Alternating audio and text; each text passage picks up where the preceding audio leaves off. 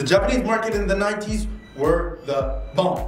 Everybody was making cars, there was the Japanese horsepower wars, everybody was going crazy. Everybody wanted to be the best, everybody wanted to be on top. And nobody did it better than the Japanese. Today I'm going to count down the top 5 most iconic JDM cars.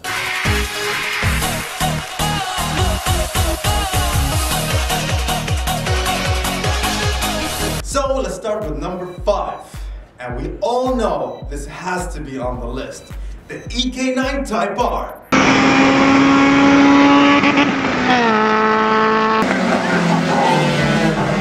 The EK9 Type R was introduced in 1997 and forever became the greatest hatchback that has ever been built.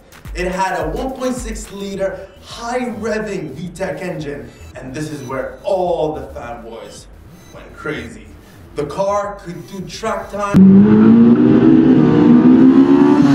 The car was amazing at MPG, and let's not forget this sound.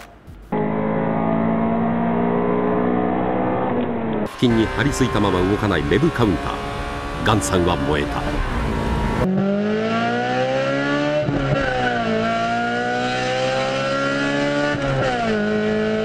Ooh, sweet, sweet VTEC. Now, we have a problem with this car. Yes, it's amazing. Yes, it's rare. Yes, it was produced by Honda in their highest heyday. But we got some risers up in here. Yo, TLB! What? Let's kick it!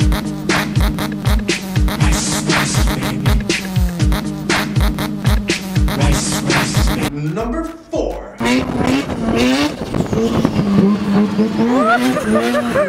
FDRX7. I've been waking up lit, I've been making up shit, I've been spilling my guts.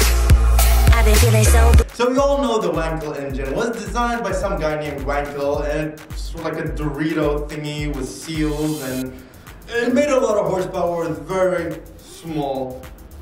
I don't even know what a rotary engine looks like, honestly. But anyways, that thing made 255 horsepower. The body style was sleek, beautiful, and holds up till this day. If you brought an RX-7 FD, put it on a showroom in Mazda today, I bet you people will still think that car was brand new. Anyways, the rotary engine didn't really survive because it failed, used a lot of fuel, burned oil, and kind of sucked. But then, something happened.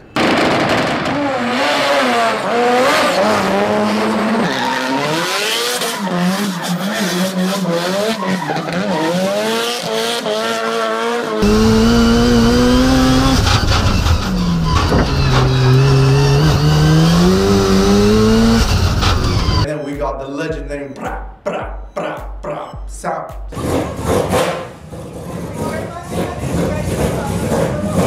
Which basically took off and made the RX-7 a legend between JDM owners and basically the car community itself. Let's not forget that the RX-7 was rivaling at the time the king of Japanese cars, the GTR, Supra, and many others. Number 3, it has to be my boy, the Supra.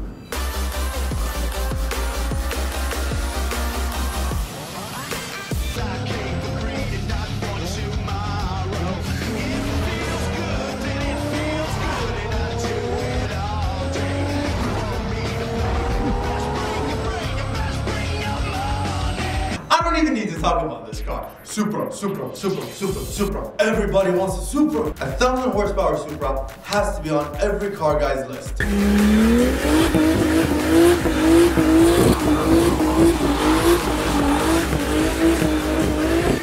Everybody wants a Supra.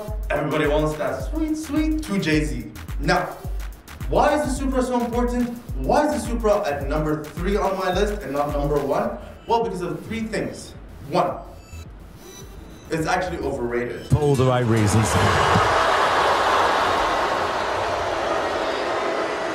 Number 2, it's a Toyota. I'll never put it at number 1.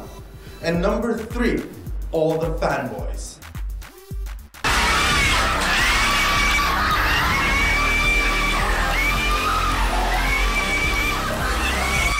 Anyways, number 2, the GTR R32.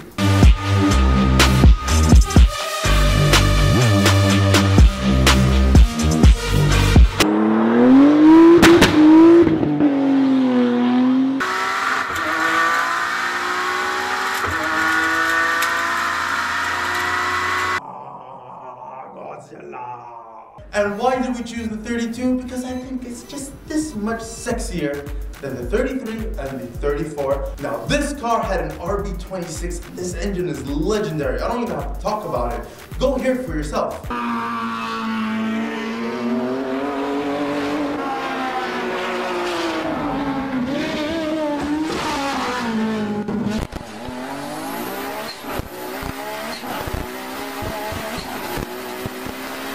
At the time, being one of the most advanced engines, having four-wheel drive, the car was dominating every race series. Nissan put this car on everything possible. Every track, every race, every cup, this car was dominating. Hence the word Godzilla, coming from Japan, destroying the competition out of the water. Jim has spread eagled the field. He's opened the gap up to 32.5 seconds. And no matter which way you look at it, that is a huge lead. Jimmy Richards, you're not hogging this race, are you? Well, Mike, we've got to do a few brake stops, so we've got to make a little bit of a buffer so that when we come in, we can keep the time on the track open.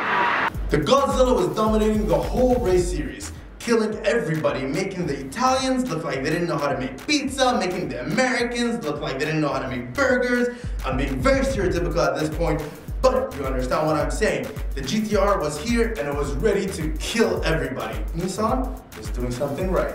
As we all know, the GTR was banned in the United States for not having safety regulations and other emissions regulations, but now you're allowed to bring them in. So the market price of the GTR has skyrocketed, going from $10,000 cars to $50,000 cars.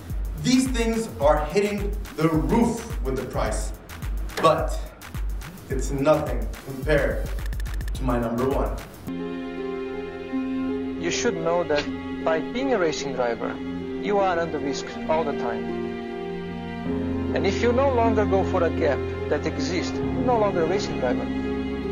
Because we are competing to win. And the main motivation to all of us is to compete for a victory. It's not to come third, fourth, fifth or sixth. I race to win, as long as I feel it's possible. The Honda NSX was a truly iconic car from the 90s. Produced from 1991 all the way to 2004. This engine, this car was amazing. Designed by Senna and the Honda team at the time, the NSX was designed to be a driver-oriented car. Cockpit looking like something out of an F-16, and the body style as well, having that very sleek look, making the car very aerodynamic. Now, having that VTEC engine in the middle made the car low and have a lower center of gravity, making it one of the greatest track, fun, driver-oriented cars ever.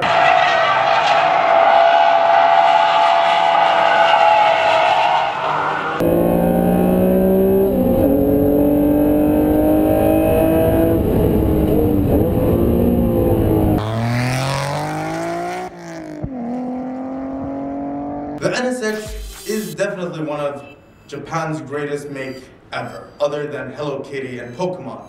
But that's for a different story. Honorable mentions.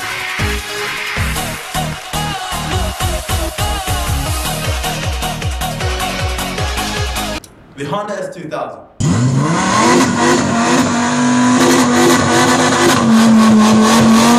The Mitsubishi 3000 GT.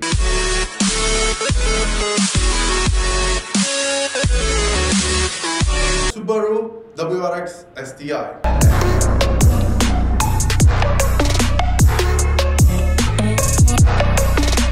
The Mitsubishi Evo.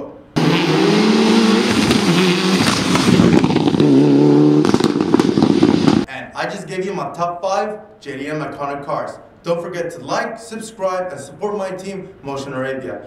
We're coming back next week for another video, so stay tuned.